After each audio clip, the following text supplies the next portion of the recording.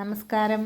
ഇന്ന് ഡിസംബർ 28 ഞങ്ങളുടെ റെസിഡൻസിൻ്റെ വാർഷികാഘോഷമാണ്. 21ാമതാണെന്നാണ് തോന്നുന്നത്. അതെ, 21ാമത് വാർഷികാഘോഷമാണ്. സാധാരണ ഞാനിങ്ങനെ ഈ കാര്യപരിപാടികളും മീറ്റിങ്ങും നടക്കുന്ന സമയത്തൊന്നും പോകാറില്ലായിരുന്നു കേട്ടോ, ഒരു വർഷത്തും. പക്ഷേ ഇന്ന് എന്തോ നേരത്തെ തന്നെ ഓഫീസിൽ നിന്ന് വന്നിട്ട് അത് പങ്കെടുക്കണം എന്ന് തോന്നി. വെറുതെ ഇരുന്ന് മൊബൈലിൽ കുത്തിക്കളിക്കുന്നതിനേക്കാൾ നല്ലതാണല്ലോ 4 പേരെ കാണുന്നതും 4 പേരുടെ പ്രസംഗങ്ങളൊക്കെ കേൾക്കുന്നത്. എന്താ അവിടെ നടക്കുന്നതെന്നൊക്കെ അറിയാമല്ലോ.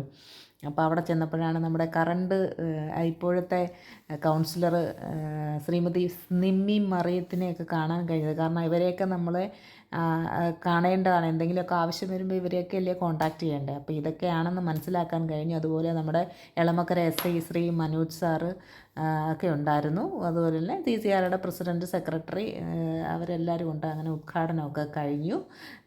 അവരെ ഉദ്ഘാടന പ്രസംഗങ്ങളൊക്കെ ഞാൻ കേട്ടുകൊണ്ടിരുന്നു കേട്ടോ. ഇപ്പം നമ്മുടെ SI സാറ് പറയുമായിരുന്നു, എളമക്കരയിൽ അധികം പ്രതികളെ ഒന്നും രജിസ്റ്റർ ചെയ്തിട്ടില്ല. ഇവിടെ വരുന്ന ആൾക്കാരാണ് വില്ലന്മാരെന്നാണ് പുള്ളിക്കാരൻ ഇങ്ങനെ പറഞ്ഞത്. ഇവിടെ അധികം ഞങ്ങളുടെ ഈ എടപ്പള്ളി ഏരിയയിൽ അധികം പ്രശ്നങ്ങളൊന്നുമില്ലെന്നാണ് സാറ് പറഞ്ഞത്. എന്തായാലും നന്നായിരിക്കട്ടെ. നമുക്ക് സ്വാതന്ത്ര്യമായിട്ട് ഇവിടെ ജീവിക്കാമല്ലോ. കുറ്റവാളികൾ കുറവാണെന്നാണ് സാറ് പറഞ്ഞത്. അങ്ങനെ ഭദ്രദീപം ഒക്കെ കൊളുത്തി. ശരിക്കും പറഞ്ഞു കഴിഞ്ഞാൽ MLA ഉമാ തോമസ് വരേണ്ടതായിരുന്നു. പക്ഷേ ട്രിവാൻഡ്രത്ത് എന്തോ പ്രോഗ്രാമിന് പോയിട്ട് തിരികെ വരാൻ വൈകുന്നത് കൊണ്ട് അത് MLA മാഡത്തിന് വരാൻ കഴിഞ്ഞില്ല.